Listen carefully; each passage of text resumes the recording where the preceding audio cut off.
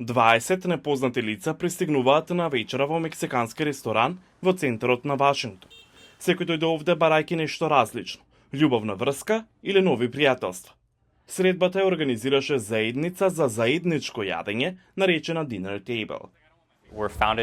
Ние сме основани во Њујорк, сакаме да им дадеме можност на луѓето кои не се познаваат едни со други да се сретнат во различни ресторани во нивниот град. Dinner Table постои нешто повеќе од една година, но стана толку популарна во Њујорк што низините основачи планираат да одржуваат редовни вечери во Вашингтон. И нивните гости, како Кевин Кантарилјо, велат дека тоа е токму она што им било потребно. I've been on Bumble, I've been on Hinge. Со години бев на Bumble, Hinge, Tinder, пробав толку многу различни опции и сакав да направам нешто сосема поинакво. Вечера со повеќе интеракции, лице в лице, што според мене е нешто што е загубено со денешните апликации за запознавање.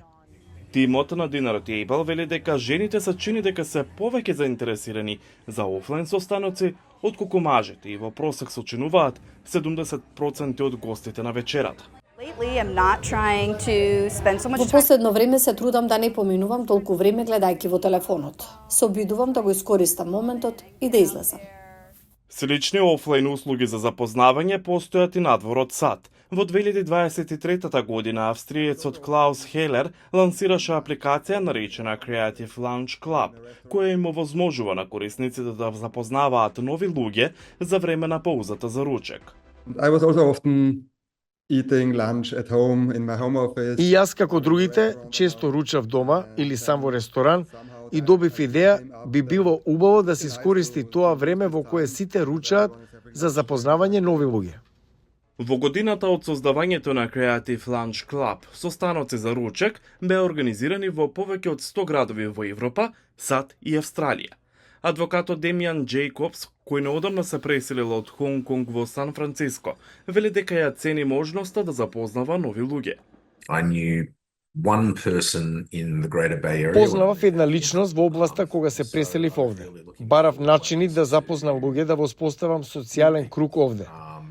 До сега не сум сигурен дека тоа доведе до некако вид на тековни пријателства, но тоа беше одвлекување на вниманието и одреден социјален живот.